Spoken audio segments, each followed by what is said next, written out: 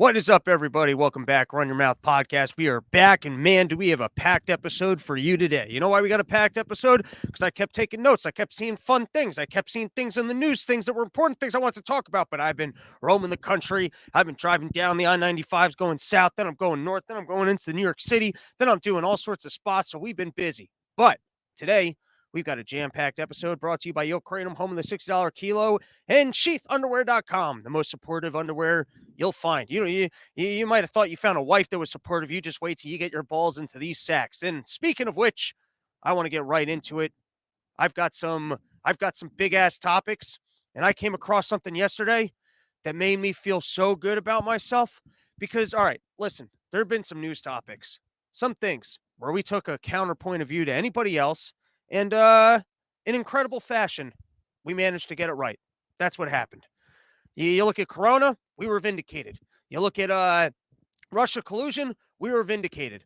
But I've been vindicated from one of the biggest things that lifestyle choices I've made in my entire life. And a recent Harvard study came out that jerking off's good for you. So if you went to your Bible camp, you met with a priest, anyone in your life's been telling you that you should feel ashamed about the porn you watch or the semen that you lay onto your carpet, I tell you that you should stand up in pride in your office and you should say, I support the health of my prostate. And if you as an individual are going to shame me from removing semen from my body that would be harmful to my prostate health, how many religious individuals are going to end up with ass cancer because someone shamed them into keeping the semen inside of their body? We all knew that it was supposed to be on the outside of our bodies. We intuitively knew that. We understood it. It was human nature. They're like, this shit, there's all this stuff inside of me. I better get this out of me. And we understood that. We're like, it even feels good when I get it out of me. That's my body telling me that this thing that's inside of me is supposed to be out of me right now. And then every once in a while, you would just pop a boner and it'd be your brain telling you, hey, listen, there's more stuff inside of you. You better get that stuff outside of you. You're basically a cum making factory of your brain and hormones, letting you know white goo on the inside should be on the outside. And then for some reason, external forces were coming around. You get neuroscientists, you get religious individuals. They're like, you better keep that stuff inside of you because that's where your energy and motivation comes from. And you keep taking that stuff that's on the inside and you put it on the outside, unless it's with the wife that you're married with and trying to produce kids. Well, then shame on you. And it turns out those people are getting prostate cancer. So, it's just nice every once in a while when you can turn around and go, oh, looks like I was right, and pay it forward to the next generation of teenagers and let them know, hey, you don't jerk off on the regular. I need you on a 3 or 4 time a day schedule. That's doctor's order. You don't want to be one of these people who maybe is only going at this once a week and ends up with prostate cancer. Is that what you want from your life? You want to be one of these people who wasted their opportunity of prime boners not jerking off and then turned around at age 72 and realized that it was nothing but prostate cancer? Is that what you want from your life, young man? All right, let's take a look at the article. And I just want to let everybody know that if there's ever an article from Harvard talking about semen volume, big loads, or a professor who gets up there and goes, listen, we've been doing research on prostates and we want to talk to everyone about the frequency of your ejaculations, you send me that article every single time. robsnewsroom@gmail.com. I don't want to ever miss out on the latest Harvard studies in jerking off ever. That is not that. So please, you come across one of these articles every single time. You gotta send me an email. So let's take a look. This is fresh from Harvard. Ejaculation frequency in prostate cancer. The Harvard ejaculation study. And then here was the initial place that I saw this from, is from something called Joe. And I just want to give you guys the numbers so that, you can invest in your health as much as I do. But pinpointing precisely how many times men should be ejaculating each month, the panel of researchers said that 21 will protect you from prostate cancer. So essentially, you want to be jerking off once a day. And if every once in a while you get caught up at your day job, you don't have time to go to the bathroom and crank one out, that's okay. It's only 21 days. You can have an off day. It's basically like one off day a week or so. Just err on the safe side. We want our listeners to be healthy. So, basically once a day keeps the prostate cancer away. So thank you, Harvard, for coming through with this information that I will make it my duty to share with the world. Another thing, because we're taking men's health upon ourselves. It seems like every category, I'm a lady, and we're going to be fierce ladies, and this is the way ladies should operate. So we'll be the men's club, because there aren't that many women listening anyways. But if you're here, I do want to make you feel welcome. You should feel welcome. But we're gonna give some tips to men's health, and getting cool will catch up to you. So not only should you be jerking off more, you should stop being cool before it's too late. We've already had recent stories of actors running themselves over with snowplows. Then we've got congressmen trying to cut down their own trees and chainsawing off their own legs. And then we got Jay Leno, fresh out of the hospital. He's out there, rich dude, still wants to work on his cars. He could just pay mechanics, but he still wants to be a dude. He wants to work on his own cars, ends up with a flamethrower right in his face, gets out of the hospital, and he goes, you know what? I'm still going to be riding on my motorcycle. Then he gets clotheslined, and he breaks his thing. And that's the thing. Sometimes you just got to stop being cool before it's too late, because sometimes as a cool, you're cool. Your kid, you're cool. You can get away with it. You can smoke your cigarettes. You can drink late at night. You can be on your motorcycle. But at some point, that shit being cool turns on you, and then being cool turns not cool because your body can't actually handle it. So I'm just letting everyone know, jerk off and be not cool while you can. Invest in healthy habits while you're young. All right, here we go.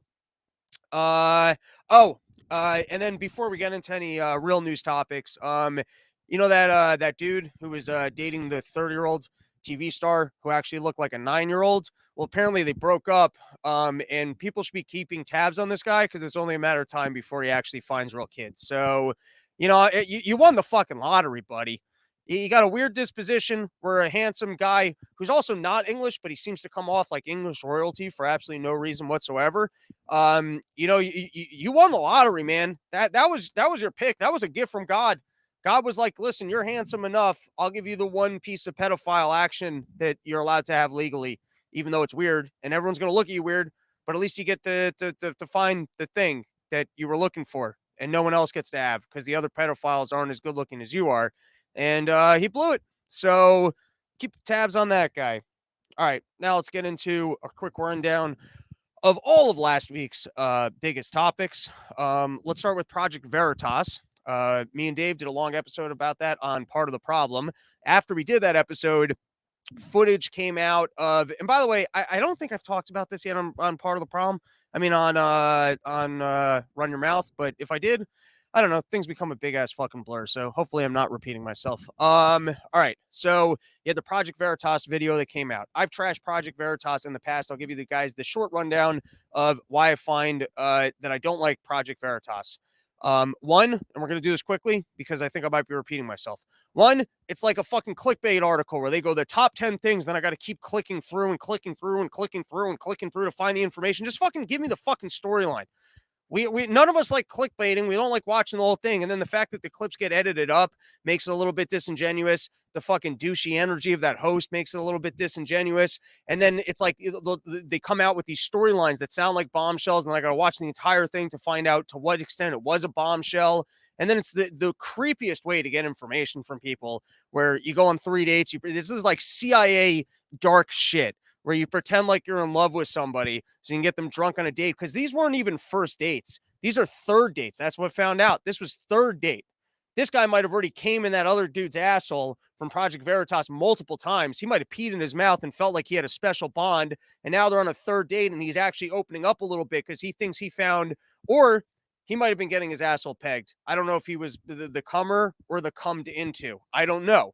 And I don't know the kind of bonds that gay men feel after doing these things that might expose them to sharing more of their feelings. I don't know. But I've watched CIA movies, mostly Homeland. I'm mostly working off of Homeland here, where the crazy blonde lady did this to people, pretending like they were in love, got them to spill some secrets. But at least then the secrets that weren't being spilled weren't being filmed and then just broadcasted on the internet. So anyways, it's a creepy way to get information from people. All right. So with all that being said, you did get some interesting things. The problem also when the bombshells come out is that it's already been shit that I've been talking about in news, so it's not really new information. So I guess, yeah, you got a guy from Pfizer who cops to the fact that there's a revolving door. And then he also cops to the fact that it sounds like Pfizer's engaged in gain of function research. But the general perspective of the way he's talking is, look, we're trying to help people. And I understand that it wouldn't be good PR if most people knew that this is the way that we're actually trying to help people. He's not talking about that, hey, we purposely went and made this virus or anything along those lines. So that was the first half, right? Then the second half came out, which I thought was actually more exposing. Because when he finds out he's been filmed, he freaks the fuck out. It's weird to watch because it's really like you're watching a rat trapped in a little thing and like being electrocuted and just freaking the fuck out. You rarely see humans just kind of freaking out in the way that this guy's freaking out. Like, I mean, you just see the guy; he's fucking going nuts. And the first thing I was surprised by is that there isn't just a lawyer that guy can call.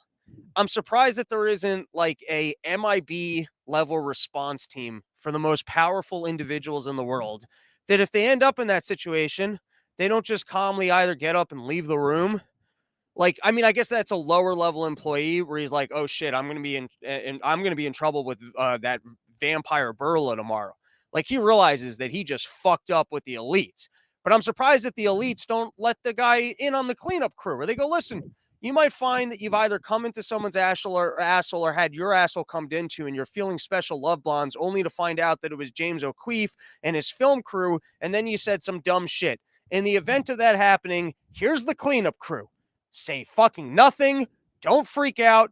Just confidently call this number, and our cleanup crew will be right on site with a team of lawyers that make sure that that video never sees the light of day. We will cut the check necessary." So I'm a little bit surprised that sometimes these evil elites don't seem to have more of a little bit of a suave to them. But the part that made that guy, and I know that this is very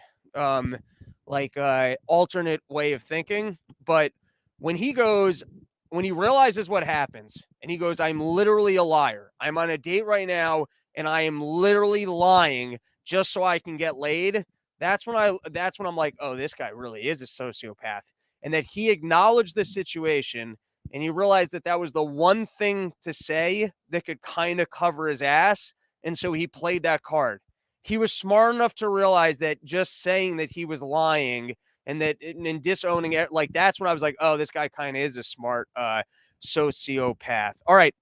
And then speaking of which, that I was shocked by the fact that uh what was I about to say? I got distracted by the comments, so we could take a couple quick comments. We've got Shauna Thornton. Do we know how much the Moderna variety vaccine? I've only heard about Pfizer and Johnson and Johnson. And then, wow, my spelling is awesome at 7:45 in the morning. There you go. You know what I got distracted by? I stopped looking at the comments when I'm ranting. I saw a spelling comment. I was like, "Is this motherfucker making fun of me for my spelling?" Because I don't have to put my notes up here. I put my notes up here so you guys can more easily follow. But if you're going to blast me for my shitty spelling because I didn't really pay attention in school and I was like, "Grammar, fuck you and your fucking grammar."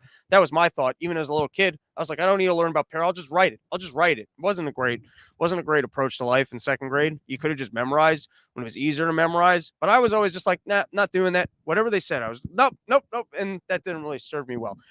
Anyways, we were trying and we had a good flow until Shauna came in, not criticizing my grammar. And then I got defensive because in my own head, I thought that maybe you were pointing out, and that was my own low self-esteem. So that one's on me, Shauna.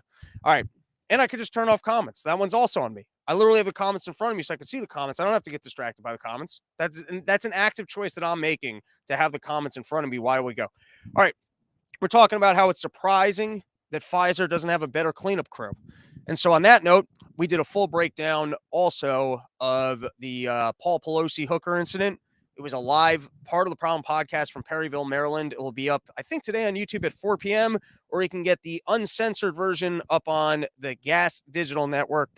Subscribe, promo code POTP. And a lot of jokes made over there. Broke down all the footage. We played the footage. We played the audio recordings. We did all that. So we're not going to do that here. There was one thought that I had that I did want to share about it, which is, and this is a very creepy thought, but perhaps the elites don't really need that much security because they're actually not that at risk.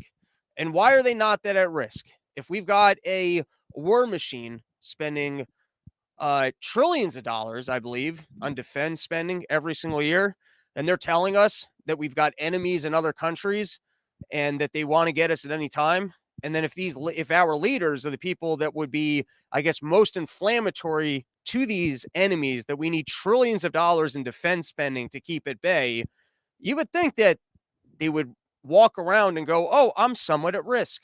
I'm making decisions that affect powerful individuals in foreign countries or even at this country. And it must be that I need security at all time because otherwise these people might be able to get to me or my family and be able to influence decisions.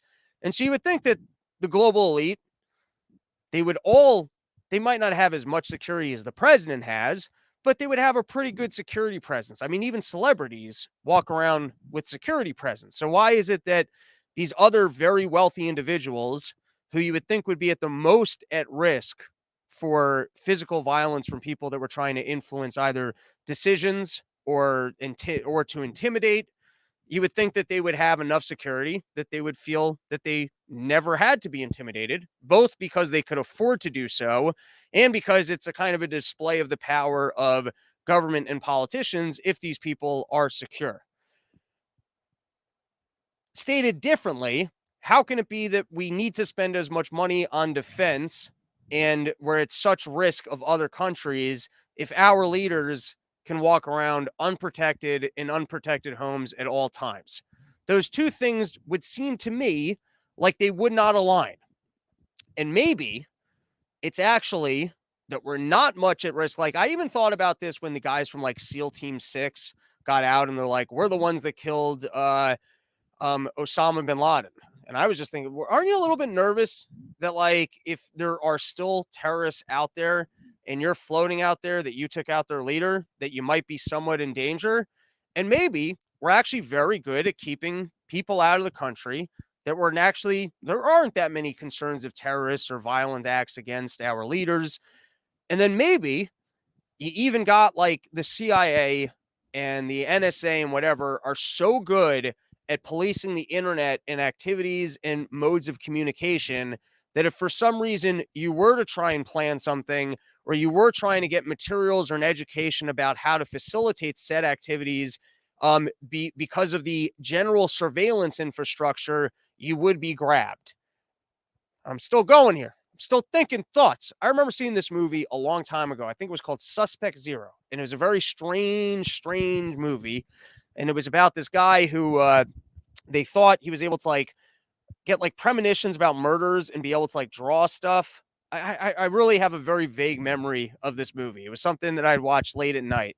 But one of the things about the movie was that if like murders were random enough, the FBI or government in general would not have a good way of basically preventing or ever catching the person. So if you had a person who was just on the move and they were completely random in the people that they killed, like they just like killing for sport, but they didn't like a particular person. They didn't do it in a particular area. They didn't do it at particular times.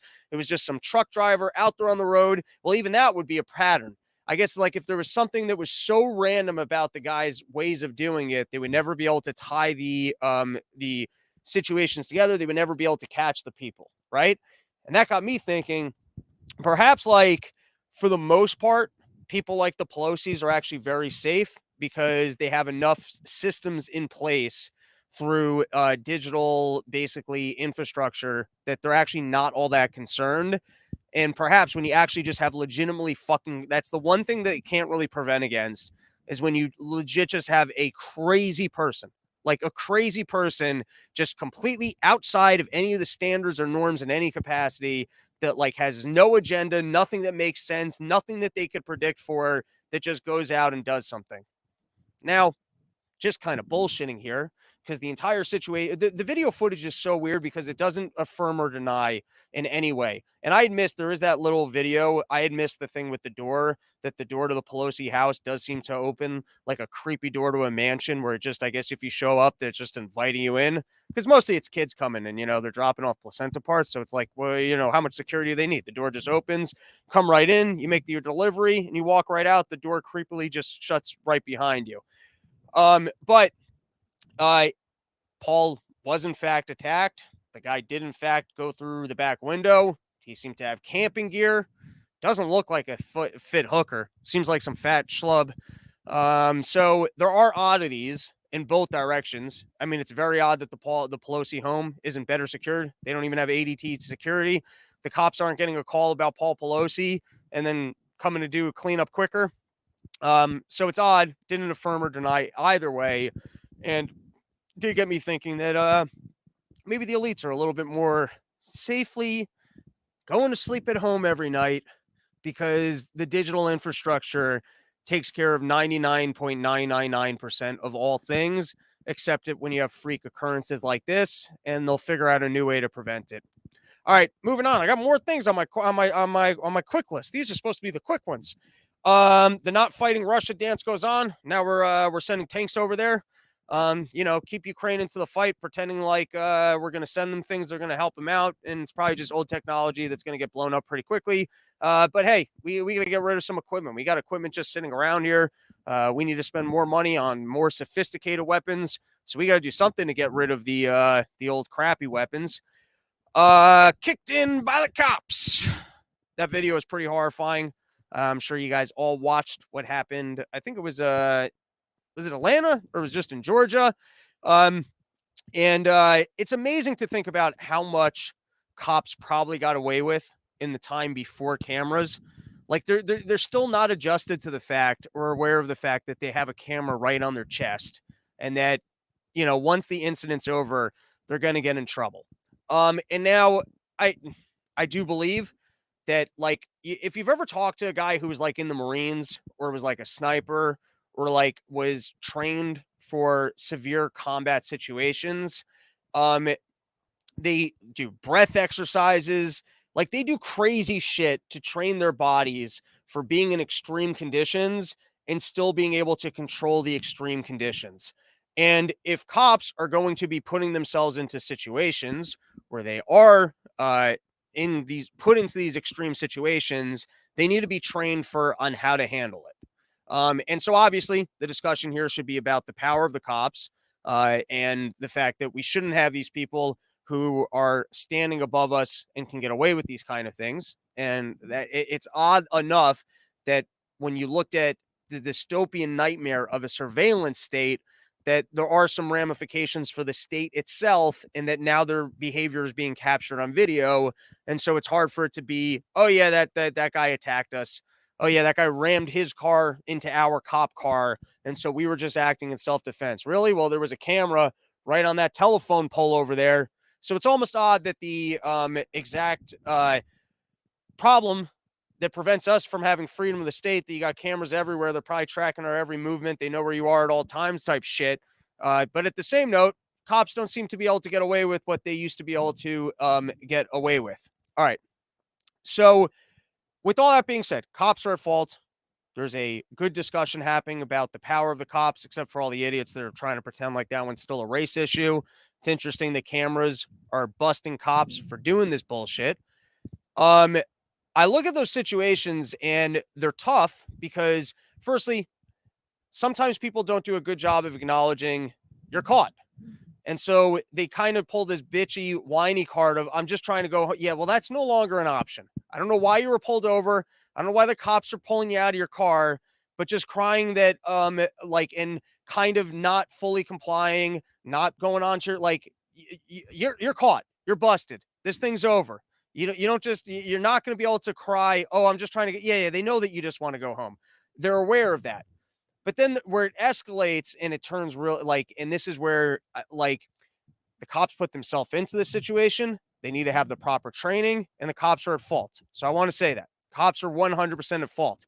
But then you end up in this situation where the cops take action against the person, taser or hands on neck, whatever it is, to try and restrain the person who's not complying. And then that person can be convinced, oh, these cops are about to kill me. And it could be that the initial intention of the cops are not to kill them. But when you watch video of what happened to George Floyd or otherwise, and cops are being aggressive towards you, you could think, oh, I'm in a life and death situation. And so you take off or you do whatever you can to escape the police.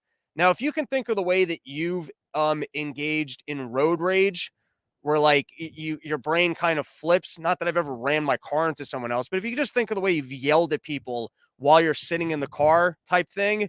Now imagine you're in a cop situation, you've been given a badge, you've been given a gun, you're being put out there, people are supposed to comply with you and that they're not. Now you got they're kind of prying at your dudeliness. And now you might even think that you're in a dangerous situation because a person's taking off. and then you think that might escalate. And so then all of a sudden you start doing the thing where you're trying to like you're hot and heavy, and you feel like you got to teach them a lesson. Once again, cops are wrong for all this, but it's like they almost need to. We need to have an understanding of human nature that you can end up in like similar to war situations. That's what's so creepy about war, and I think that's partially from what I've talking to soldiers about PTSD is that you realize how fickle human nature is, that you can be a nice person until you're put into one situation and you get carried. It's not so much you get carried away. It's like you got adrenaline flowing through you. You're in a war situation, and then you do something and you turn around and you're like, oh, I'm a killer, or I will torture someone, or I will, whatever it is that you did. I've never done any of these things. I've just had conversations with people who've been at war. And I think part of what they walk away from it and the PTSD is realizing, oh, like in certain situations, I can behave in a pretty animalistic way. And so I think I kind of like the starting point is kind of understanding that people can go there and then figuring out how to prevent it. And one of it might be, I don't know, taking away, like, how many times have tasers actually effectively de-escalated a situation? Like, I don't know. I'm not a cop. Maybe it happens all the times where people run into these things. All right. I have quite a few topics that I wanted to rant about, and I shall. But we're gonna take a break from this. We're gonna skip ahead a little bit in the episode because I've got a wise expert. So we're gonna come back. You guys get a little for you're watching the video of all the topics that we're gonna cover. But one of the things, and this goes all the way back to probably the beginning of the Ukrainian war. I think I did a longer episode of Liberty Lockdown on this topic, but I always get fascinated with the dollar because I think if you look at the U.S. empire and you look like we have one, and this is the problem in a way with Bitcoin is that the promise of Bitcoin is, hey, it challenges the U.S. government, but also the core product of the U.S. government's dollar. As long as there's dollar demand, they can continue to just like print money. Like that's the actual product of the U.S. government is the U.S. dollar. That's the thing that kind of they're selling. And as long as people are buying it, and by buying it, well, I mean, literally people do buy dollars, but it's basically using the dollar in transactions. The more money they can print, the more that they can send the inflation to other countries. Like the entire system is basically based off of that there's demand for the dollar, which also means that there's confidence in the dollar. And I've had experts come on this show before. And when I go, hey, are we going to end up in a situation where Turkey, Russia, and Iran are all trading with one another and they're moving away from the dollar? Do we end up at like, is the dollar system actually supported by the petrodollar? And we've had quite a few experts come on the show and say, nope, the US dollar is king shit. There's so much debt denominated in dollars, and there's no other alternative that could possibly exist. Like the dollar is the gold standard when it comes to currency. And so there's nothing to fear. There's always going to be demand for dollars. We've heard that. We've also heard wise men going from all the way up to Gene Epstein saying that the petrodollar is not really the core of where the US dollar gets its value. We're going to give a really broad stroke. And then I promise I got an expert for you guys. I do have an expert here. The petrodollar theory is essentially in order for there to be demand for dollars, there needs to be some sort of a guaranteed redeemability. So, for example, part of what gives the US dollar its value is you can always pay your taxes with your US dollars. So, like any other currency, I might get stuck in a situation where nobody wants it. Even Bitcoin. I can end up in a situation. I love my Bitcoin. Some other libertarians love their Bitcoin. Everyone else decides that they don't like their Bitcoin. Every store in the world goes, you know what? This thing lost too much of its value. I don't want it. And all of a sudden, I'm trading Bitcoins for pennies with other people, and I can't really do anything with it. But with the US dollar, no matter what, I can pay my taxes with it. So I know that that is guaranteed and built in that there will be demand by the US government for my dollars. And so I'll be able to go spend it at least with the government. And then if if contracts all around the world are also forcibly priced in dollars, then at least there's that demand for dollars. So now businesses, which is the petrodollar theory, businesses have to hold on to dollars in order, bigger things like, companies and countries buy oil. And so they're forced to have reserves so that they can go purchase the oil. So at least there's that amount of demand for the dollar, which maybe keeps the entire system alive. And so with that, we'll bring on our expert specifically to discuss the petrodollar. Gary Richide, author. It is of a twisted history of the United States. A pleasure to have you back on the podcast. Pleasure to be here, Robbie. What's shaking? Did I do a decent job introing the petrodollar segment? Yeah, you hit all the basics. It's even more nefarious and underhanded than that, I would argue. And it goes back to a few instances that took place after Nixon unpegged the dollar from gold. And that was, of course, in 1971, in August of 1971. So, wow. Think about that. The response of which was, of course, foreign nations believing they could no longer see. What he did was he closed the gold window. So no longer, sorry. Mr. Gary, we froze up there. So actually, hilariously, the second you started talking, I might have frozen on my end. I don't know if it was my end or your end. Okay. But let's first start with, I guess exactly where you started with the general petrodollar scheme. And then if you could, and then we'll look into whether or not that's really what gives the dollar its power. So I hand it back to you. You started with Nixon. Yeah, you did a good summary. And let's just go a little bit deeper and then explain some events that further complicated things. The first of which was literally just again. I think it's freezing on your end. Oh no, come on. Fucking Optimum, my friend. I gotta get myself some Starlink and put it up on the building, and then I can start putting Elon Musk on blast on Twitter every single time. I'll be like, "Are you working for the CIA too?" That every time I delve into the good stuff, my internet shuts down. All right. Hopefully that doesn't happen again. All right. I hand it back to you. I'll keep my fingers crossed. All right. Okay. So 71, Nixon takes the dollar off the gold standard, which means he closed the gold window. So no longer could foreign governments exchange their dollar assets for gold. Because let's put it in the proper historical context. The United States had just and was still fighting the Vietnam War.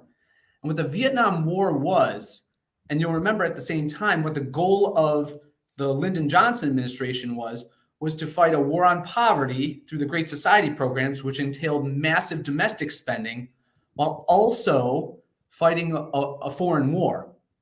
I mean, Lyndon Johnson was so nuts as to say, he said this to his cabinet all the time, he wanted to bring the New Deal to the Mekong Delta in Vietnam. That's fucking nuts. Okay. So the massive expenditure meant that there was no longer enough gold in the treasury to redeem all the dollarized assets that foreign countries wanted to. And when Nixon did finally close the gold window and say, no, we're not going to be able to redeem it for $35 an ounce of gold, well, then all these other countries, the Swiss, the French, the Germans, all decided to essentially buck the dollar's status as the reserve currency. And rampant inflation started to tick up, of course, as the dollar was no longer pegged to a real asset any longer. Okay. So all of this is coming together. And in 1973, you have this war between the Arab states and Israel, the Yom Kippur War. And it further intensified inflation. Oil costs started going through the roof. So what Nixon did it really established what we call the petrodollar, or historian and economist William Clark called the petrodollar, is he had his then Secretary of the Treasury, his name was William Simon, fly in July of 1974. Gary, sorry, I'm going to pause you for 1 second. This is going to have to actually come through. Oh no, man. All right, let's take if you don't mind, let's take a 2-minute intermission. I'm going to send you a new link, and I'm just going to do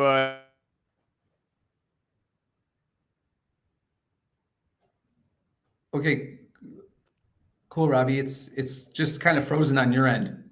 Yeah, I know, it's very annoying. Let me do a quick restart. I'll send you guys a new link. Stream shall continue, and literally, I'll send you a new link in like 2 minutes, and we'll pick it back up. All right, cool. I hope so.